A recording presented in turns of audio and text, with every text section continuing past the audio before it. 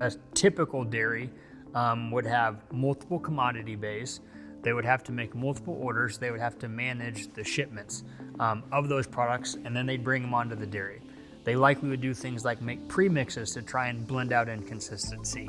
And they would go through a lot of activities to do that, basically. And it takes a lot of time and also some assets too. You have to have these big commodity sheds and things like that to store all these ingredients. You only have to worry about one thing when you used to have to worry about 6 things. You only have to mix one thing when you used to have to worry about 6 things. You only have to worry about one thing being consistent versus 6 things that aren't consistent. So all of those things add up over time.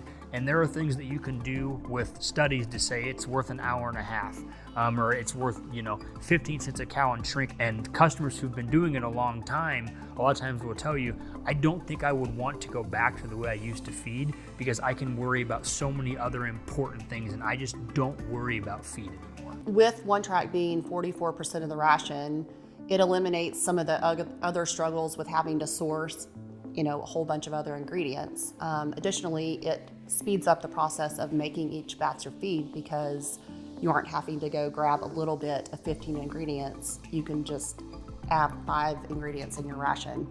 So it's not uncommon to shave off anywhere from 2 to 10 minutes a batch of feed from an operational standpoint. The savings on equipment, you don't have the wear and tear, you don't have the hours that you put on. Your feeder can slow down and take the time to do a good job. They aren't just trying to rush so they can get done feeding the cows. They actually can slow down and feel proud about the work they're doing